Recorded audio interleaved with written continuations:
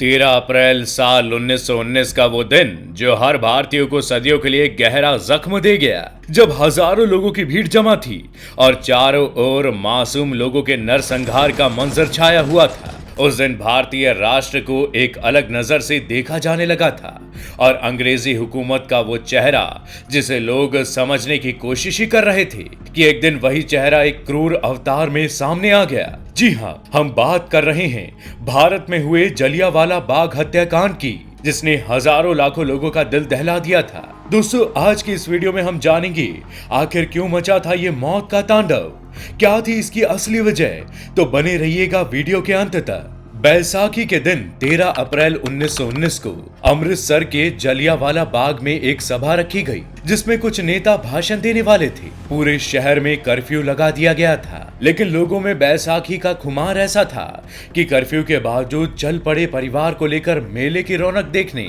और शौक चढ़ा हुआ था शहर घूमने और मेले में तरह तरह के झूलों का लुत्फ उठाने का। लेकिन नेताओं के भाषण का लोभ लोगों की इस भीड़ को सभा में ले जा पहुंचा। जब जुलूस के नेता बाग में पड़ी रोड़ियों के ढेर पर खड़े होकर भाषण दे रहे थे, तभी brigadier general Reginald Dyer 90 British सैनिकों को लेकर वहां पहुंच गया। उन सब के हाथ हथियार से भरे हुए थे। नेताओं ने सैनिकों को देखा तो उन्होंने वहां मौजूद लोगों से शांत बैठे रहने की अपील की। उन्हें नहीं पता था कि डायर किस इरादे से बाग में घुस रहा है, और आखिरकार वही हुआ जो नहीं होना चाहिए था। डायर के सैनिकों ने बिना किसी चेतावनी के वहां मौजूद निहत्थे और मासूम लोगों पर ताबड़तोड़ गोलियां चलानी शुरू कर दी। हैरानी की बात थी कि 10 मिनट में 650 राउंड फायर किए गए थे। जलियांवाला बाग उस समय एक खाली मैदान हुआ करता था, जहां से भागने का सिर्फ एक संकरा रास्ता और चारों ओर थे मकान। तो लोग आखिर जाए तो जाए कहां? लेकिन बेसहारा लोगों को अपनी जान तो बचानी थी। तभी लोगों ने एक कुएं को अपनी जान बचाने का जरिया बनाया। लेकिन किसे पता था कि वो कुआं तो लाशों से अपना पेट भरने के लिए बेताब था। मौत के इस खेल ने भारत को झकझोर के रख दिया था, जिसके जख्म आज तक हरे हैं। पर क्या कभी किसी ने यह जानने की कोशिश की है कि आखिर 13 अप्रैल का वो दिन खून की होली में तब्दील क्यों हो गया था? दरअसल ये लड़ाई थी रॉलेट एक्ट की, जिसका विरोध पूरे भारत में हो रहा था। गांधी जी ने अप्रैल की शुरुआत में पूरे देश में हड़ताल का ऐलान किया।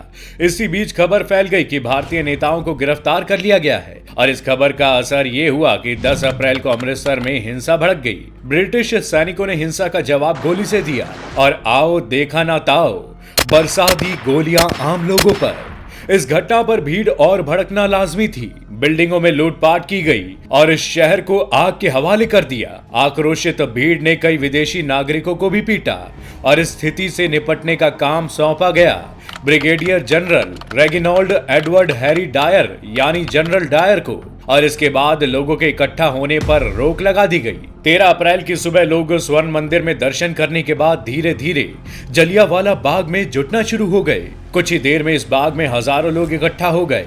इसी बीच ब्रिटिश सरकार के ब्रिगेडियर जनरल डायर को किसी ने खबर कर दी कि रॉलेट एक्ट के विरोध में लोग वहां इकट्ठा हुए हैं। खबर मिलते ही डायर सिपाहियों के साथ बाग में पहुंच गया और निहत्ती भीड़ पर गोली चलाने का फरमान सुना दिया। जलियांवाला बाग के गेट का रास्ता संकरा था और यहाँ सिपाही भर चुके थे।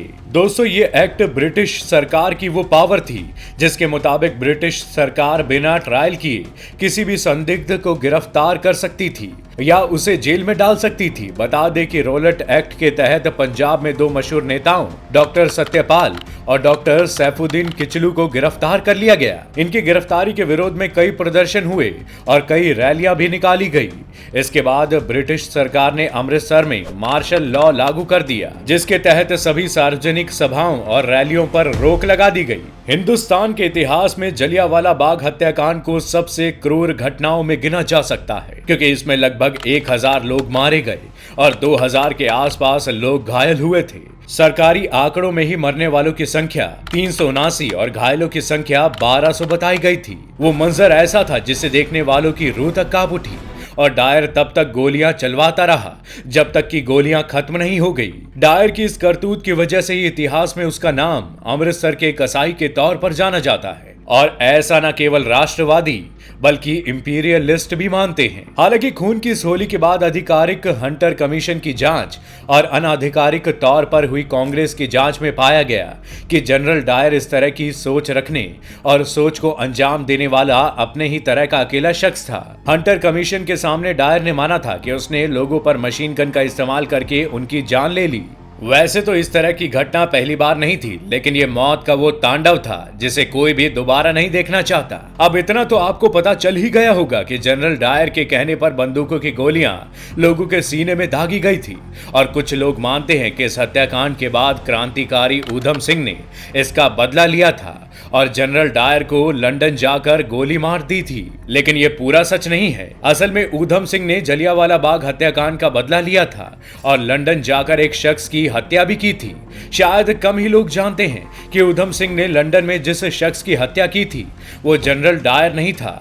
दरअसल इस हत्याकांड का शिकार थे माइकल ओ डवायर, जो कि उस वक्त पंजाब के लेफ्टिनेंट गवर्नर थे और माइकल ने डायर के इस कदम की तारीफ की थी। जलियांवाला बाग हत्याकांड को हुए 103 साल बीत चुके हैं, लेकिन चोट पहुंचाने वाली सच्चाई तो ये है कि आज एक एक भारतीय उस घटना को भुला बैठा है और जिस अंग्रेजी हुकूमत की वजह से वो नरसंहार हुआ था उन विदेशी लोगों को तभी माफी दे दी गई थी। हाँ, लेकिन एक बात सच है, जो हुआ वो भले ही लोग भुला चुके हैं पर उस खौफनाक मंजर की गूंज कुछ लोगों के कानों में शायद सुनाई देती है। भारतीय राज्य की सीमा उसी औपनिवेशिक नींव पर खड़ी है जिसकी वजह से जलियांवाला बाग हत्याकांड को अंजाम दिया गया था। लोकतंत्र, संविधान और लोगों की आजादी होने के बावजूद राजनीतिक सेटिस्फेक्शन के खिलाफ दमनकारी विरोध बार बार अपना सिर उठाता नजर आता है। तो दोस्तों, क्या आपको इस पूरी घटना के बारे में पता था? ये हमें कमेंट करके जरूर बताइएगा और वीडियो पसंद आया हो तो वीडियो को लाइक शेयर करना ना भूलें। और हाँ, अगर आप चैनल पर नए हैं तो चैनल को सब्सक्राइब जरूर कर लें। आपका बहुत बहुत शुक्रिया।